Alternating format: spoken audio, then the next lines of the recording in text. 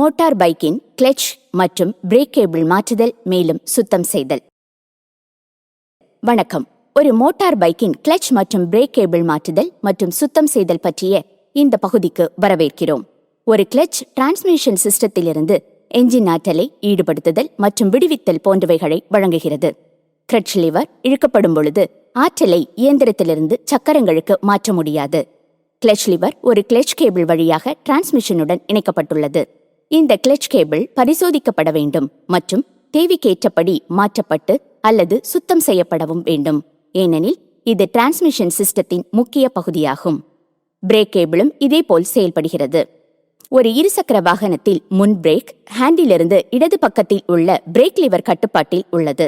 Liver ஒரு break cable மூலம் break சிஸ்டத்துடன் இணைக்கப்பட்டுள்ளது. அடிக்கடி ஒரு இடைவெளிகளில் உயவூட்டுவது கேபிளுக்கு தேவைப்படுகிறது மற்றும் சேதமடையும் போது கேபிளை மாற்ற வேண்டும். இது வாகனத்தின் மிக முக்கியமான பகுதியாகும். இந்த அமர்வில் கிளட்ச் மற்றும் பிரேக் கேபிள்களை மாற்றுவதற்கு சுத்தம் செய்வதற்கும் நாம் கற்றுக்கொள்வோம். ஒரு கிளட்ச் கேபிளை சுத்தம் மேலும் மாற்றும் செயல்முறையை பற்றி விவாதிப்பதற்கு முன் நாம் இதற்கு தேவையான கருவிகள் மற்றும் பொருட்களை முதலில் பார்க்கலாம். Double ended spanner, adjustable spanner, common pliers, needle nose pliers, tool tray, parts tray, grease, oil, துடைக்க துணி, ரோலர். இப்போது கிளட்ச் கேபிள் மாற்றும் படிகளை பற்றி நாம் பார்க்கலாம். வாகனத்தை ஒரு உறுதியான பிளாட் பரப்பில் நிறுத்தவும். தேவைப்பட்டால் சைடு பேனலை அகற்றி கிளட்ச் கேபிள் ஹோல்டரை கிராங்கேஸின் வலதுபுறத்தில் உள்ள கிளட்ச் ஆர்மிலிருந்து சில சென்டிமீட்டருக்கு மேலே வைக்கவும். இது வலது பக்க பேனலுக்கு பின்புறமோ அல்லது சட்டத்திற்கு அடுத்ததாகவோ இருக்கலாம்.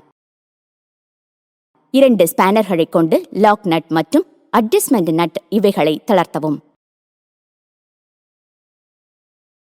அடுத்து கிராங்கேஸின் மீது உள்ள கிளட்ச் ஆர்மின் உள் கேபிள் முனையை மாற்றாமல் இருப்பதன் பொருட்டு அட்ஜஸ்ட்மெண்ட் நட்டை போதுமான அளவு தளர்த்தவும். தளர்த்தப்பட்ட கேபிள் இப்போது இடது கைப்பிடி கிளட்ச் லிவரிலிருந்து மறுமுனையை அகற்ற உதவும். கோர் தெரியும் வரை முதலில் கேபிளின் கவரை லிவரிலிருந்து இழுக்கவும். கோரின் முனைப்பகுதியை லிவரின் அடிப்பகுதியில் பொருந்தும் வரை முன் சக்கரத்தை நோக்கி மெதுவாக இழுக்கவும்.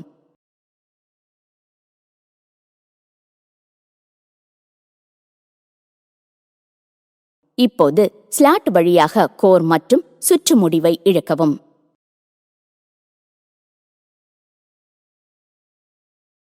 கேபிள் இப்போது லூஸாக இருக்கும். எனவே கேபிளை பல வழித்தட துளைகள் வழியாக ஸ்பீடோமீட்டர் மற்றும் பிற கேபிள் கிளாம்புகளுக்கு கீழே இழுக்க முடியும்.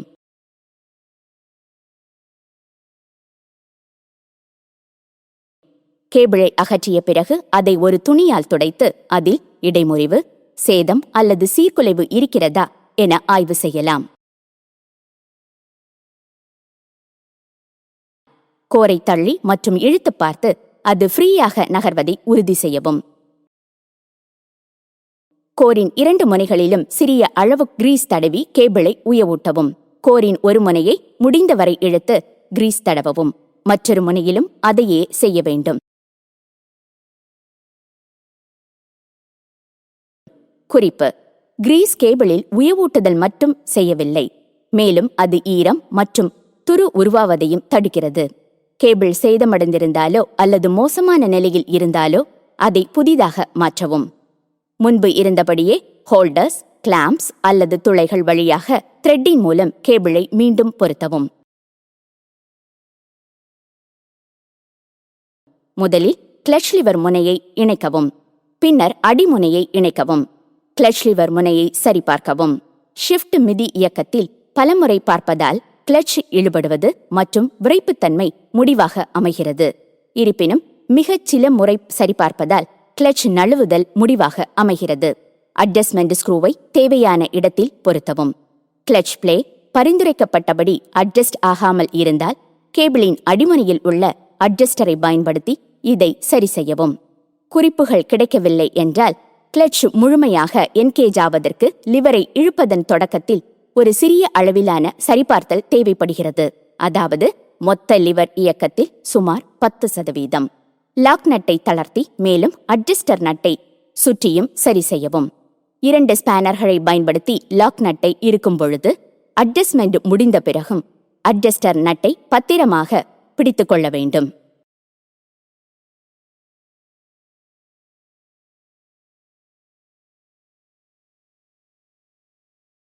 சைடு பேனலை நீங்கள் அகற்றியிருந்தால் அதை மீண்டும் அதன் இடத்திலேயே பொருத்த வேண்டும். நாம் இப்போது முன் பிரேக் கேபிளுக்கான செயல்முறையை பார்க்கலாம். வீலில் பிரேக் ஆமுடன் இணைக்கப்பட்டுள்ள பிரேக் கேபிளின் முனையில் உள்ள லாக் நட்டை முதலில் தளர்த்த வேண்டும்.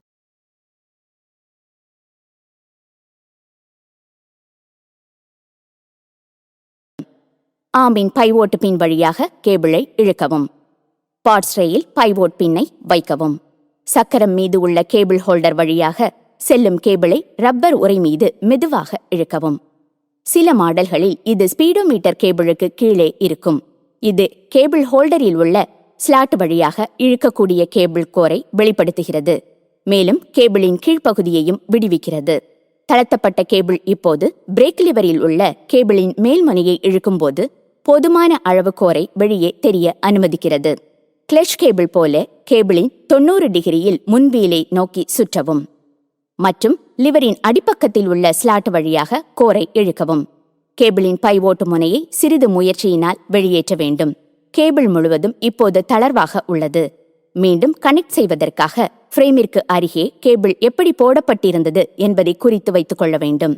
கேபிளை ஒரு சுத்தமான துணியால் துடைத்து அதை கிளட்ச் கேபிள் போலவே உயவூட்ட வேண்டும். சேதம், இடைமுறிவு மற்றும் சீர்குலைவு ஆகியவற்றை ஆய்வு செய்ய வேண்டும்.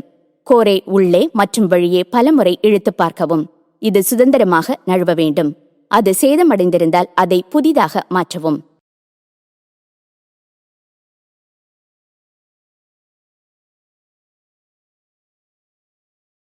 பிரேக் கேபிளை அதை அகற்றிய அதே வழியில் மீண்டும் நிறுவவும்.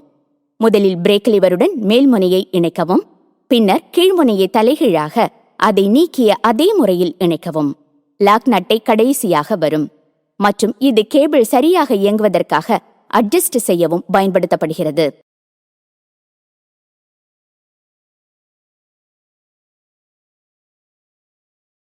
லிவர் சுமார் 10% இயக்கப்படும் போது பிரேக் சரியாக வேலை செய்ய வேண்டும். லிவர் வெளியே இருக்கும் போதோ அல்லது பிரேக் ஷூஸ் வேகமாக தேயும் போதோ முன்வீல் ஃப்ரீயாக சுற்றுவது முக்கியமானதாகும்.